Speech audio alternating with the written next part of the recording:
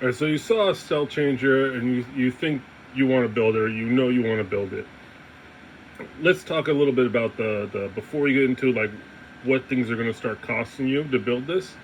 What is the difference between a StealthChanger and a box turtle type filament swapperooey thing?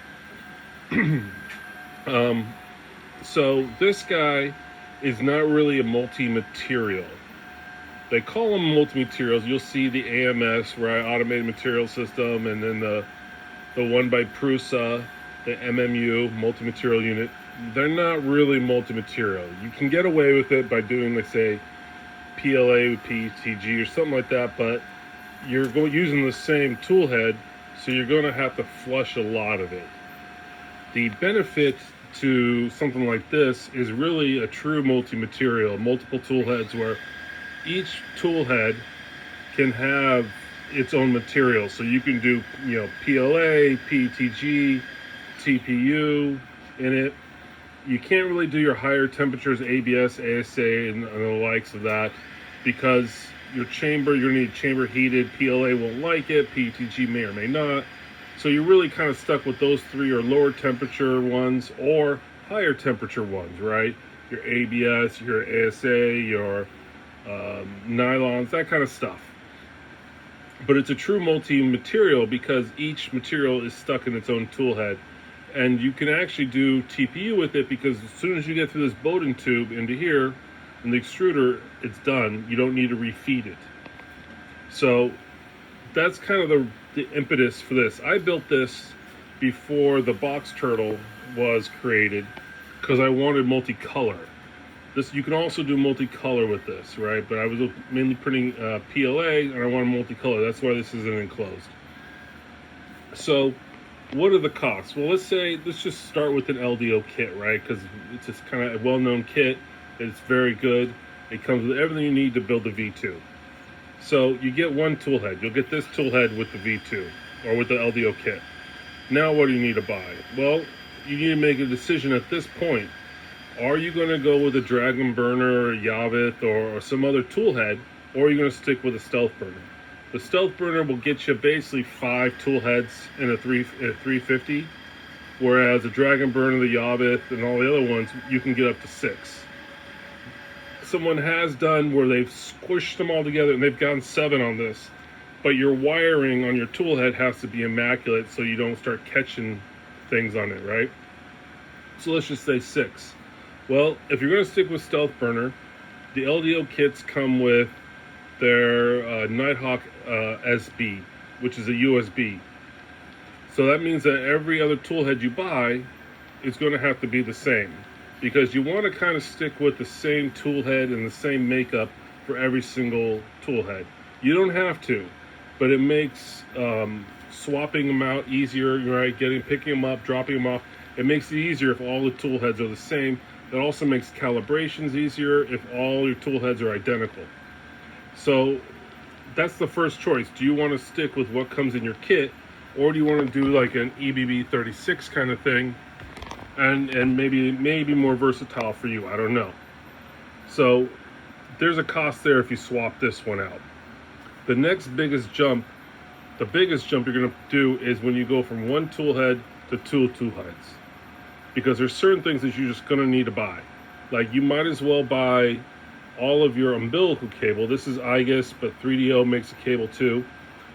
You might as well just buy that all for all the tool heads you plan on doing, because it's going to be cheaper and you're going to pay less in shipping overall. The other thing you're going to need is some sort of control board. Now, this is the more expensive option. This is Isik's Tech. This is the CAN Bird's Nest version. There's a USB version and a CAN version of Bird's Nest. This is the CAN version, and this is nice because these boards are really nice because power just goes in, and it has its own CAN to USB transceiver. So you just plug in a USB cable and your CAN, and you're off to go. The CAN version has 4 pins here for your filament sensors. The USB version has the 3 pins for the filament sensors. So you're going to need a filament sensor. You don't have to, right? But this is you probably want to get one of these for each tool head you plan on getting. But you only need, initially, you're only going to need two, right? One for the first tool head, one for the second tool head. This is something that can be added on later. But this is your expense. I think this is like $60 pre-tariff.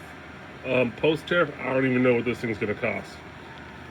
So you need to buy, you might as well buy all of this, which pre-tariff prices was around $70-80 for all of it. You're going to need to figure out how much you need for your setup.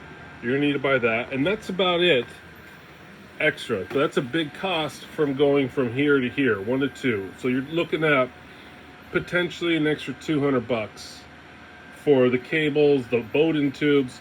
You need to get, for if you do this type of umbilical, this is spring steel on the rolls that you used to get from China, AliExpress. You could do 3 umbilicals with 1 roll, so you would need 2 rolls. They were cheap. The other thing you might as well buy everything of are these pins right there. Let's see if I can. Oh.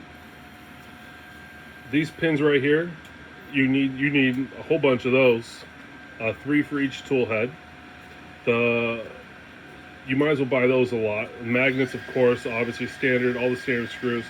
Each tool head is going to need a tap sensor. So your biggest jump, because of some things you just might as well buy everything of, it's going to be $200 to $300 for that. Then the tool head itself, well, you need an extruder and a motor, and you need fans. Each tool head has 3 fans, and you're going to need a hot end. I'm using a Revo with an obsidian nozzle, and each tool head is going to need a tap sensor. So when you look at the cost, it all depends on what you want to do, right? So you're looking potentially another $200 per tool head. So you got the initial $200 to be able to do multiple tool heads for all the equipment. Then you have $200 per tool head.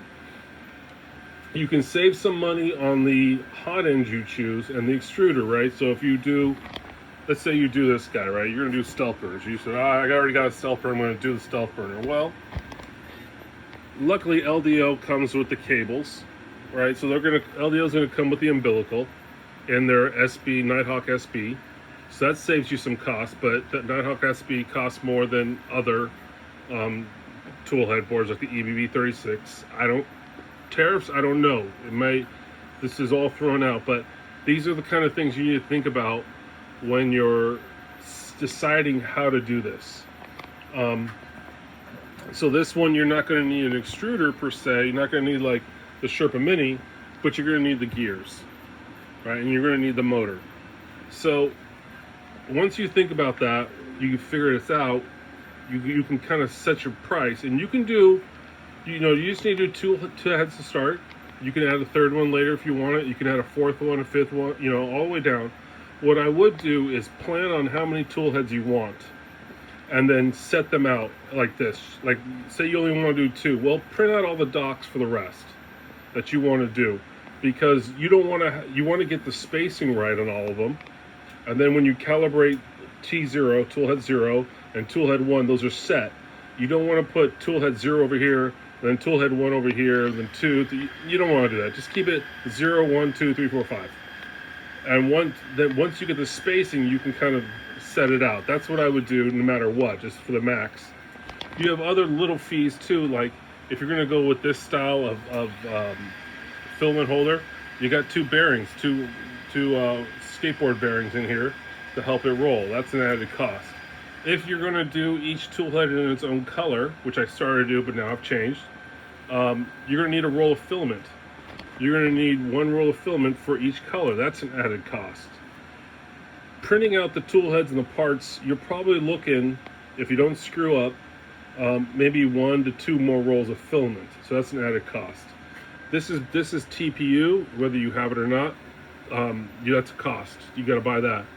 So all in all, right, pre-tariff, you're $1,000 to say $1,400 more for the printer, depending on your choices you've made. Now, to make this kind of StealthChanger, you don't have to change anything under the hood. So if you buy the kit, all the electronics that you bought, you can still use. You don't need to go to 48 volts. 48 volts will, on the Z's and XY, will just make the Z's go up faster and your XY's go faster. But you don't need to do that. You can get a perfectly running machine on 24 volts. The other thing you need to think about is, and this is probably not something you normally think about in choosing a hot end, is ooze, right? So you have those bamboo clones, I think they're TZ something or other. Those tend to ooze more than something like this Revo with a obsidian nozzle. I don't get much oozing with this. So that's where you would go into their Discord, Draft Shifts Discord, or DIY Shifts Discord, and start asking around for the nozzle types. You can ask what other people are doing, how they're their experiences with stuff. I think Yavith right now is I've been a while since I looked, but I think Yavith is the preferred one. These were standard stealth burners. I'm switching over to the 6 magnet variety, because they just, if I can figure out how to do it, they just stick in there, and they're in there pretty good. This guy right here is one. So that's what I'm using now. I just got to print out the shells. So that's kind of what you're looking at to do this. Now, is there anything else I would do? Oh, you also need to make, this is for alignment on this thing, you need to buy a camera to do a nozzle alignment with KATV, I think is still the thing you use, or you've got to print out this probe, which needs copper screws and another one of those, whatchamacallits, pins, so you can do your X and Y alignment. This isn't, the camera is probably, pre-tariffs, maybe like $5, $6 on Ollie. The same with the parts for this. So that's kind of what you're looking at if you want to get into this. You don't need to do it all at once. You can piecemeal it out, and while you want the tool head to be the same, if you're willing to do the extra calibrations, you can change the extruder, change the hot end. You can mix and match those. You just really want, and I'm going to show you back here, you really want all these pins right that are here, all these back plates, to align on a plane, because that makes tool changing a lot easier. You don't want some to be up this way, some to be up higher. This is really why I say you want the same tool head, so all your pins are aligned. And it just makes changing tools easier. But you don't have to, right? You can mix and match as you like, but that's just the easiest way. So that's kind of my thoughts on this. Is little ramblings from a guy. You're post-tariff, like right now with the tariffs going on, I have no clue what any of this is going to cost, and it might be in a ridiculous amount of money. But pre-tariffs, without this craziness, you're looking anywhere from $1,000 to $1,400 more for a 6 tool head setup like I got here.